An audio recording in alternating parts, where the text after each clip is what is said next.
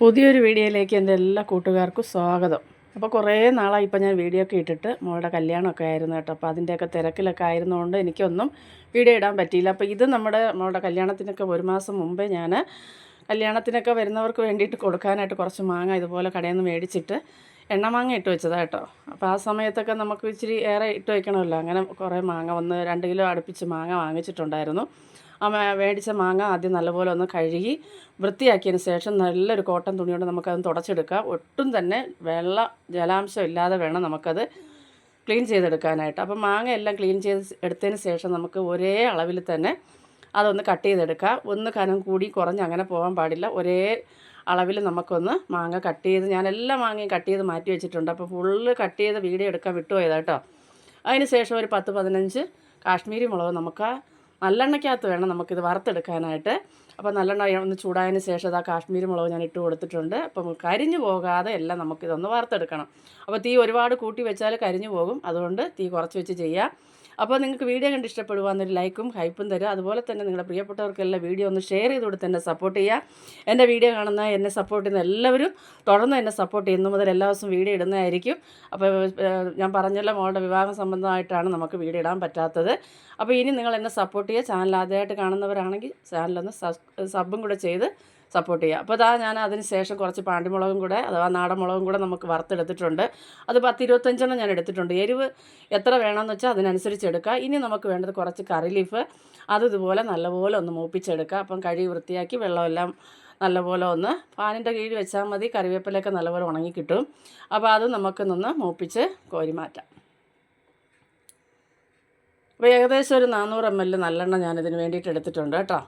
ഇനി ഇതിലേക്ക് നമ്മൾ അരിഞ്ഞു വെച്ചിരിക്കുന്ന മാങ്ങ ഇട്ട് കൊടുത്തതിന് ശേഷം നമുക്കിത് നല്ലപോലെ ഒന്ന് വറുത്തെടുക്കാം.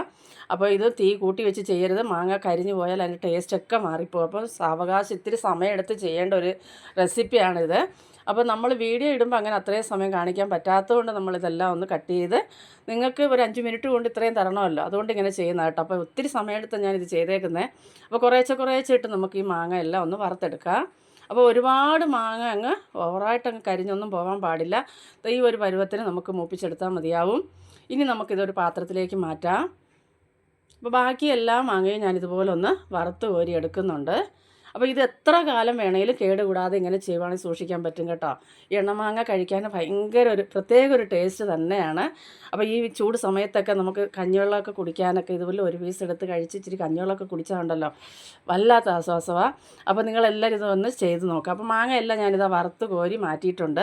ഇനി ഞാനൊരു മറ്റൊരു പാത്രം വെച്ചിട്ടുണ്ട്. നമ്മൾ മാങ്ങ വറുത്ത ആ നല്ലെണ്ണ തന്നെ ഒന്ന് തെളിച്ചൊഴിക്കാം. കാരണം അതിൽ നമ്മൾ മുളകൊക്കെ വറുത്തപ്പോൾ അതിൻ്റെ അരിയൊക്കെ വീണിട്ടുണ്ട്. അപ്പോൾ ഒന്ന് തെളിച്ച് കുറച്ച് എണ്ണ ഞാനതിലേക്ക് ഒഴിച്ചിട്ടുണ്ട് വേറൊരു പാത്രത്തിലേക്ക്. ഇനി അതിലേക്ക് നമുക്ക് ആവശ്യത്തിനുള്ള മഞ്ഞൾപ്പൊടി ചേർത്ത് കൊടുക്കാം. കുറച്ച് നമുക്ക് ഉലുവ, വറുത്ത് പൊടിച്ച ഉലുവ 1.5 ടീസ്പൂൺ എടുത്തിട്ടുണ്ട് ഞാൻ. കായപ്പൊടി, അതുപോലെ തന്നെ കടുക് വറുത്തത് 1.25 സ്പൂൺ എടുത്തിട്ടുണ്ട്.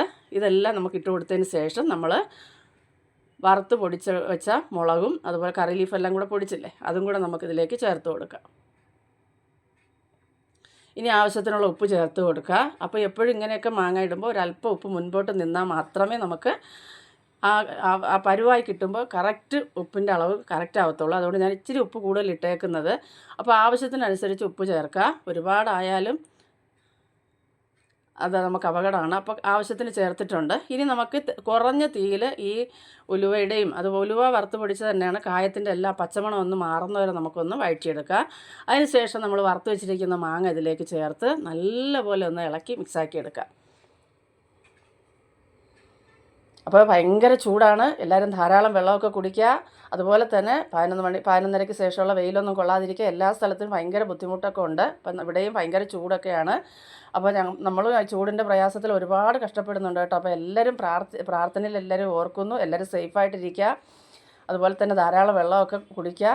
അപ്പോൾ ഇതുപോലെ നല്ലപോലെ ഒന്ന് നമ്മൾ മിക്സാക്കി എടുത്താൽ നമ്മുടെ എണ്ണ മാങ്ങ ഇവിടെ തയ്യാറായിട്ടുണ്ട്. ഇനി നമുക്കിതൊന്ന് നല്ലപോലെ ഒന്ന് തണുത്തതിന് ശേഷം ചില്ലുഭരണിയിലോ ചില്ലു കുപ്പിയിലോ അല്ലെങ്കിൽ നല്ല ഭരണിയില്ലേ, അതിലൊക്കെ നമുക്കിതുപോലെ ഒന്ന് ഇട്ട് വെച്ച് കൊടുത്താൽ എത്ര കാലം വേണമെങ്കിലും കേടുകൂടാതെ സൂക്ഷിക്കാൻ പറ്റും. അപ്പോൾ ഇത് നമുക്ക് ഇതുപോലെ ഒന്ന് നിരത്തി കൊടുത്തതിന് ശേഷം നല്ല തണുത്തിട്ട് വേണം അത് അടച്ച് വെക്കാനായിട്ട്. അതിന് ശേഷം ഒരു കോട്ടൺ തുണി കൊണ്ട് നമുക്കിതിൻ്റെ ഭാഗത്തിലേക്ക് ഒന്ന് കെട്ടി വെച്ചാൽ എത്ര കാലം വേണമെങ്കിലും ഇതുപോലൊക്കെ ഇരിക്കും തോറും ഇതിൻ്റെ ടേസ്റ്റ് കൂടുകയും ചെയ്യും കേട്ടോ. അപ്പോൾ എല്ലാവരും ഒന്ന് ചെയ്ത് നോക്കുക. ഉറപ്പായിട്ട് നിങ്ങൾക്കിത് ഇഷ്ടപ്പെടും കേട്ടോ. അപ്പോൾ അതെല്ലാം ഞാനിതുപോലെ മാറ്റിയിട്ടുണ്ട്.